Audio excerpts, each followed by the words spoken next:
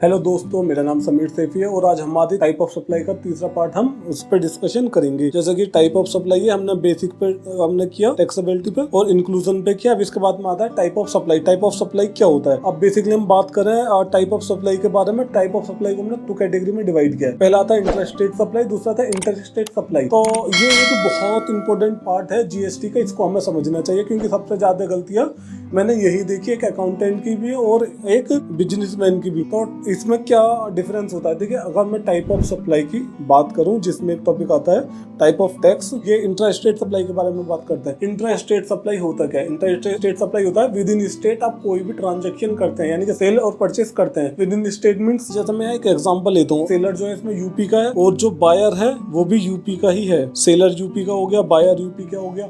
अब ये कोई भी सेल परचेस करेंगे तो ये इंट्रास्टेट सप्लाई कहलाएगी और इस पर जो जीएसटी लगेगी वो सीजीएसटी और एसजीएसटी लगेगी। रेट क्या होगा? जो भी रेट होगा उसको हाफ % डिवाइड कर दीजिए। जैसे मैं अपने केस में लेता हूँ 18%, तो 9% सीजीएसटी लगेगा और 9% का एसजीएसटी लगेगा। ठीक है, तो ये एक बहुत बेसिक चीज है, बट इसमें गलतियां सबसे ज्यादा होती है, तो इस चीज को आप थोड़ा सा ध्यान से देखिए। Intrastate supply means, intrastate supply है कि विद इन स्टेट सप्लाई करना, विद इन स्टेट सेल करना। ठीक है, अब यहाँ पर आता है इंटर स्टेट सप्लाई है। इंटर स्टेट सप्लाई क्या होता है? ये इंटर स्टेट सप्लाई इसका जस्ट अपोजिट होता है। जैसे कि इसमें बोलता है सेम स्टेट में सेल होनी चाहिए, यहाँ पर बोलेगा भाई सेम स्टेट में सेल नहीं होनी चाहिए। जहाँ पे स्टेट चेंज हो जाए, यानी कि सेलर और बायर की जो स्टेट है वो चेंज हो जाती है ना, तो वहाँ पर आप आईजीएसटी लगा दीजिए। वो इंटर स्टेट सप्लाई कहलाएगी, इंट्रा नहीं कहलाएगी। जैसे कि मैं बात करूँ, यहाँ सेलर हमारा यूपी का है और बायर जो है हमारा वो कहाँ का है? हरियाणा का। तो इस केस में क्या लगेगा?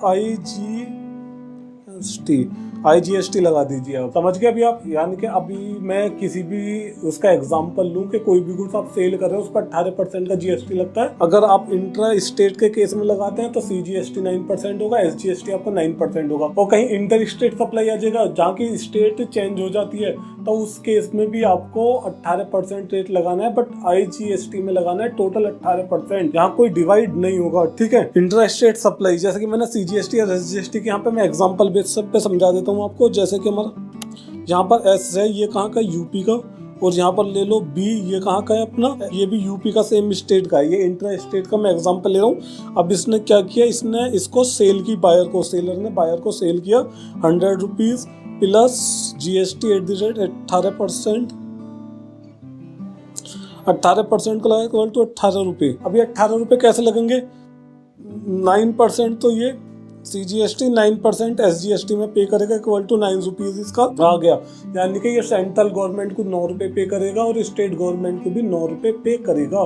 जो रेट है उसको हाफ डिवाइड कर दिया जाए। मैं यहाँ बात करूँ आईजीएसटी के केस में। आईजीएसटी में क्या होता है? आईजीएसटी जो इंटर स्टेट सप्लाई में लगती है। इंटर स्टेट सप्लाई में अगर कोई बंदा है, सेलर है, सेलर कहाँ का? यूपी का, और बायर जो है वो हरियाणा का है, एचआर ये हरियाणा का। ये इसको कोई भी सेल करेगा, 100 की सेल करता है, प्लस 18 रुपए जीएसटी का होगा, जो कि 18% के हिसाब से आता है। तो अब ये 18 रुपए किसको? आईजीएसटी में पे करेगा। अब ये सेंट्रल स्टेट को जाएगा या स्टेट गवर्नमेंट को? तो गवर्नमेंट ने एक आईजीएसटी एक्ट बनाया हुआ है, तो उसके अकॉर्डिंग वो सेटल हो जाएगा। उसके लिए हम आगे बात करेंगे। तो फिलहाल मैं बात करता हूँ टाइप ऑफ सप्लाई का। तो इसका मैं सभी चीजें आपको डिस्कस करता हूँ। बेसिक ऑन टैक्सेबिलिटी, तो इसमें क्या होता है? बेस्ड ऑन टैक्सेबिलिटी इसमें। और टैक्सेबल सप्लाई, टैक्सेबल सप्लाई वो होती है जो कि जिसपे सप्लाई पे टैक्स रेट लगता है अदर देन 0%, यानी कि 5, 12, 18, 28% का जो रेट होता है उस पर टैक्सेबल सप्लाई बोला जाता है। नील रेटेड सप्लाई को बोलेंगे जहाँ 0% लगता है। गवर्नमेंट ने कुछ प्रोडक्ट ऐसे दिए हैं जिस पर अभी 0% लगा रही है, बाद में जाकर उसका टैक्स रेट चेंज कर देंगे। जैसे एक नोटिफिकेशन देना है पब्लिक को बताने के लिए कि हमने यहाँ रेट चेंज कर दिया है। इसके बाद है एग्जम्प्ट। यहाँ भी कोई टैक्स नहीं लगता है, बट कुछ आइटम रहते हैं जिसको टैक्स की जो लिस्ट होती है, टैक्स रेट लिस्ट जो होती है, उससे बाहर निकाल दिया है, यानी कि एग्जम्पशन दे दिया है कि इसको हम इस लिस्ट में इंक्लूड नहीं करेंगे। तो यहाँ कोई 0% का रेट नहीं लगेगा। यहाँ इन दोनों के केस में आईटीसी नहीं मिलेगा।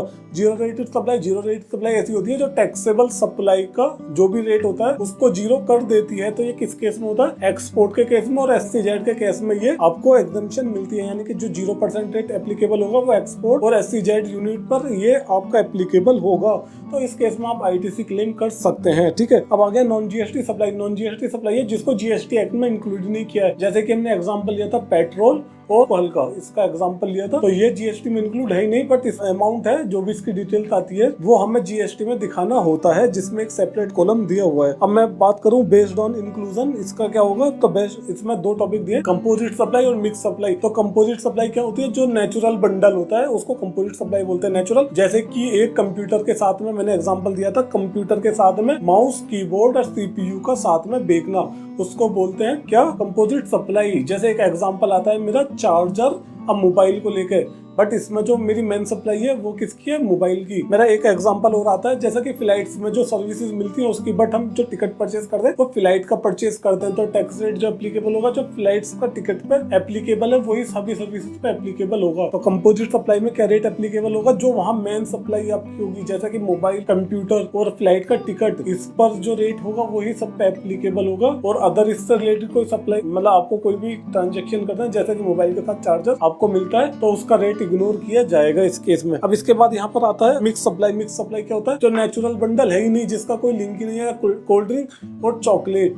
ये आपस में नेचुरल बंडल नहीं है और ये सेपरेट मार्केट में सेल होती है। तो आप दोनों को मिलाकर कोई एक मतलब कुछ गिफ्ट टाइप में तैयार कर देते हैं, कोई बकेट्स तैयार कर देते हैं, तो उस केस में आपका जो ये सप्लाई कहलाएगी, ये मिक्स सप्लाई कहलाएगी। और इसमें टैक्स रेट की बात करूं, जो आइटम आपने इसमें मिला के बनाए हैं, तो जो आइटम सबसे ज्यादा रेट पर सेल होता है, सबसे ज्यादा मतलब जिस आइटम पे सबसे ज्यादा जीएसटी लगता है, तो वही रेट एप्लीकेबल होगा सभी आइटम पे। जैसे कि आपने बहुत सारी चीजें रखी, साथ में एक आपने टॉफी रख दी, हम एग्जाम्पल लेते हैं टॉफी का, जिसमें 28% का जीएसटी रेट लगता है, बाकी सबका 18 या 12% का जीएसटी रेट है, बट एक टॉफी जो रखी है उसका 28%, तो यहाँ पे 28% ही एप्लीकेबल हो जाएगा। ठीक है, मैं बात करूं based on type of taxes के बारे में, तो ये किस टाइप से करता है। तो यहाँ इंट्रा की बात करूं, इंट्रा तो विद इन स्टेट अगर कोई आप सेल करते हैं तो उसमें इंटर स्टेट एप्लीकेबल हो जाएगा। इसमें दो आपके टैक्स लगेंगे, सीजीएसटी और एसजीएसटी, जिसके बारे में मैंने डिटेल में आपको पहले वीडियोस में बताया हुआ है। और इसको मैं इंटर स्टेट की बात करूं, इंटर स्टेट में क्या लगेगा, ये जहाँ पर आउटसाइड स्टेट कोई भी ट्रांजेक्शन किया जाता है, ट्रांजेक्शन में सेल या परचेज की जाती है, उस केस में जो जीएसटी लगता है उसको बोलते हैं इंटर स्टेट सप्लाई, और आईजीएसटी उस पर एप्लीकेबल होता है। ठीक है,